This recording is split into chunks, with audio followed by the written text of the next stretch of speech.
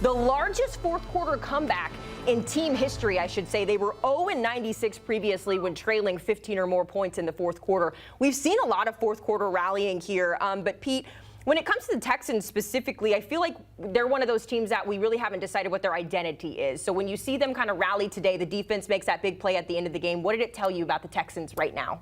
It told me that the Jaguars choked away a game. That's what it told me. I mean, you're winning 29-10 against Davis Mills, and you lose that game by giving up 26 points in the fourth quarter. That should never happen. Yeah. Kudos to Davis Mills, because he made the plays when he needed to make the plays.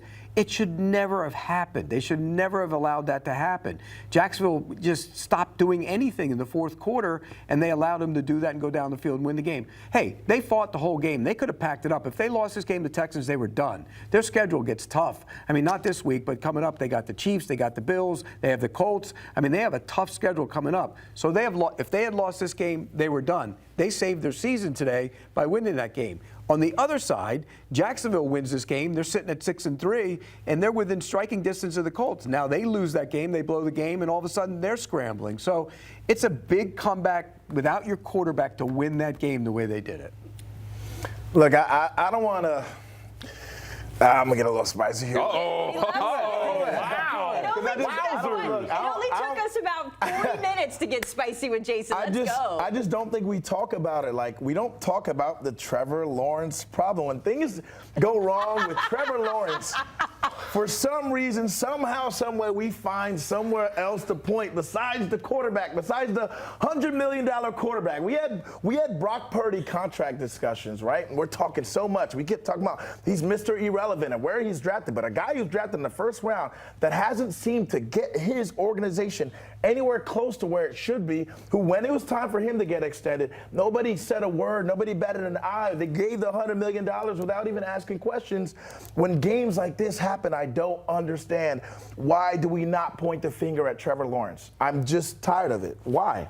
Well, I mean, I can tell you why you didn't point it at him today, because it was 29-10 in the fourth quarter. He didn't give up 26 points in the fourth quarter. He didn't turn the ball over in key situations. This one wasn't on him.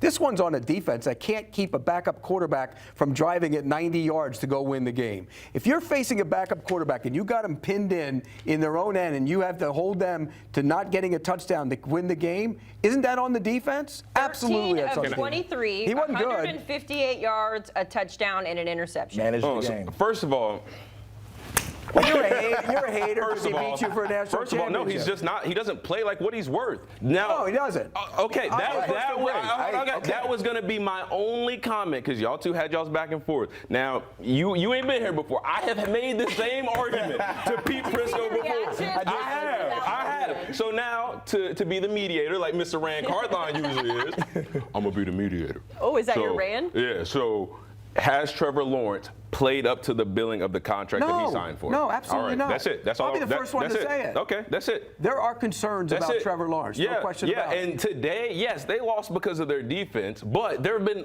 plenty of other games that if I went to handy dandy Google and looked up, we can point the blame on Trevor Lawrence. I'm going to agree with you. He has not played close to that contract. I'll be honest with you. But today wasn't on him. But it's even little things. I mean, today he's throwing. Who's he throwing to today? He hasn't Travis Hunter, Brian Thomas. Travis Hunter. I get it. But what about Baker Mayfield? When we always talk about his depleted wide receiver. Well, he and Baker Mayfield, that's for sure. All right. Right about that. The paths are different, though. Both number one overall picks. One had to fight for his resurgence. One hasn't won and hasn't even been put in that position. That's the double standardness I'm talking about when it comes to Trevor Lawrence. I like this guy. Hey, it's just look at all the spice we've got here. He's just mad. Trevor Lawrence took his national title. I got 2 national championships. Yeah, but you're mad about it. No. I got 2. Hey, I played in 4. I got 2. Listen, I made my hay. You know, Trevor Lawrence, he did his thing. They were the first class to go 15-0. Respect to him. But he don't play like a $200 million quarterback. That's all I'm saying. No, he does not. I think we can all agree to that point, that the value maybe for Trevor Lawrence doesn't always match the statistics. So we will leave it at there. I do want to talk about the Colts. Colts because they are the team atop the AFC at the moment. There's a lot of good statistics when it comes to this Colts team. It's their best 10-game start since going 10-0 back in 2009 when they last went to the Super Bowl. They take down a Falcons team in overtime. For me, Damien, as our running back on set here, I feel like we can't talk about the Colts without talking about Jonathan Taylor. And I know you're going to give him his flowers, and I want you to do that. I want you to contextualize, though, the run that he is on. He goes for over 200 yards. On the broadcast today as well, this is kind of what I want you to react to. On the broadcast today, they shared that Jonathan Taylor trains in the offseason like he's going to get 300 touches a season. Talk to me about what that looks like and how you're seeing that benefit on the field this year. Well, when you talk about preparing for 300 carries in a game, you are saying, I am the offense. Come hell or high water, I am going to be the guy. I don't care about Indiana Jones. I don't care about Michael Pittman. I am the guy. So I am going to train my body, my mental, my spiritual, emotional, everything. I'm going to train to take on the workload and be the entire offense all season long. So the mentality that you have to have, the physical requirements that you have to put your body through in order to get ready for that, like the training alone for what Jonathan Taylor does is special. And then, obviously, it correlates to the field. You want me to contextualize all of this, Haley? I'll say this. I'll be the guy to go out there and say a hot take. Jonathan Taylor, when it's all said and done, is going to go down as one of the best running backs to play this game.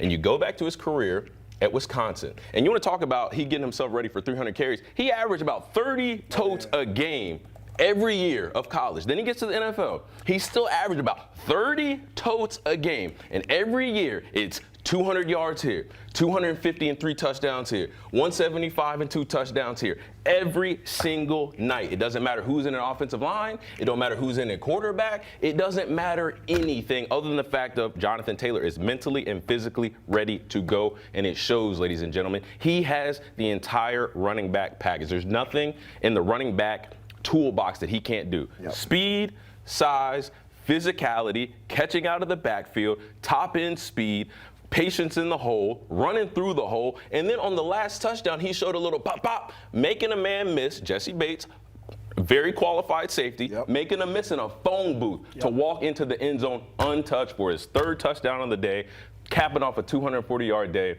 He's the best in the business. And just like we're talking about Drake May, Sam Darnold, Jonathan Taylor, he's in the MVP conversation too.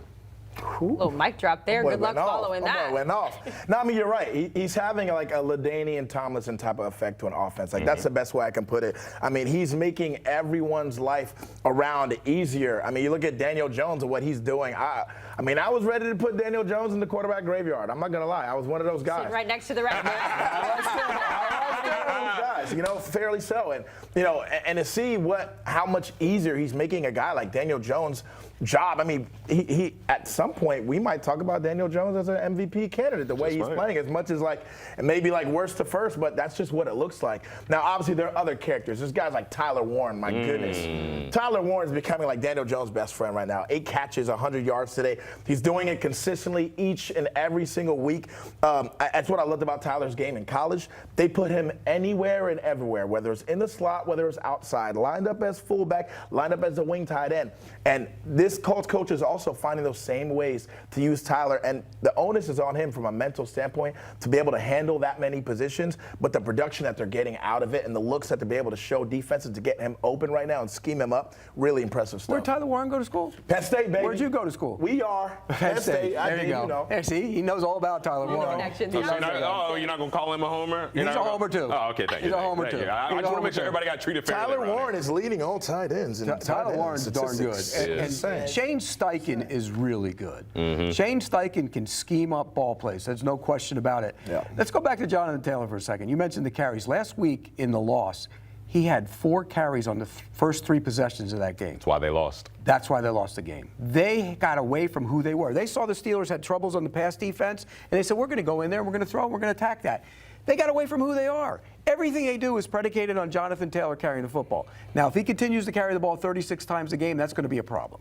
They got to cut that down a little bit. Yeah, believe me, we've seen these running backs. You know where they go? They go off the cliff, right off the cliff. You can't carry 36 times and carry 350 times consistently year in and year out because it's not. You can't stay the same. You just can't. Did you not hear his whole rant? He has wrong. done This it. dude went to I'm wrong. Wisconsin. Go back and look at history. Okay, well, okay. Go back and look at history. Yeah, no, okay, let's go back and look at history. Let's go back and look at history. But let's count the years between Jonathan Taylor's NFL career and his career at Wisconsin, how many years that's been, and see how many running backs have been able to do that. Not many. He's different. Like, it's okay to sit here and say he is different. For now. There's some guys For that just now. got it. I'll give you an example. I played with AP late in his career. When AP got to Detroit, and AP would still finish every run in training camp. I'm not joking. To the end zone. It didn't matter if we were on a 10-yard line or the 50, finish in the end zone. There are guys who have some physical traits that are just God-given. If you look at guys who have a ton of carries in their career, there's a real correlation to when you, at some point, you go off the cliff. You got to be careful. I'm just saying he's prepared for it. Is Derrick Henry going off the cliff this year? He hasn't done much. Show our guest Jason how you feel about running backs. You pull one off and put him in. You're right. I mean, by the way, I would do the exact same thing to Jonathan Taylor. I run him in the ground. I grab another one, put him in, and let him. Well, guess what? You can't run him into the ground because he's built for the carries. Yes. And he's shown it year after year after year after year after year. 3 or 4 years from now, you'll be talking to me. You go, God, Jonathan Taylor's not the same guy. Why? Because they carried what him. year do you want him to be the same guy? Year 10, 11? Yeah, so in year 12, when he's capped as a running back. He's not a 10-year guy yet. Okay, so you just said how many years? How many years can he play? Yeah, you just said let's check back in how many years. How many years? We give him 8. Okay, total. he's already in year, what, 5 now? Yeah. Yeah, so he got three more years. You're going to carry that? You're going to carry 36 times, 350 times a year? Wisconsin's what he did. I don't think he was Jonathan Taylor, the first player in NFL history. I don't see it. Not yet. It happens. We're going to end this. I'm going to give Jonathan Taylor his flowers. He is the first player in NFL history with 15-plus rushing touchdowns and 6 or more yards per rush in his first 10 games of the season. Doesn't seem like he's slowing down anytime soon. No, but not yet. We'll reevaluate this in like 3 years. We'll bookmark this. I'll call all of you guys. He's the best running back in the NFL right now. And there's no debate about it. We'll leave it there. Real quick before we go to break, thumbs up or thumbs down? How are we feeling about the Falcons on the other side of this one? Done. Dig the hole, start burying them. They're done. Not a great performance today. No. All right, got to hit a break here on Game Day Recap. I love having these conversations with these guys, bringing the heat. When we come back, we're talking Lions and Tigers and Bears. Just kidding, we're talking Lions and Bears, both picking up big wins today. We're breaking it down next on Game Day Recap.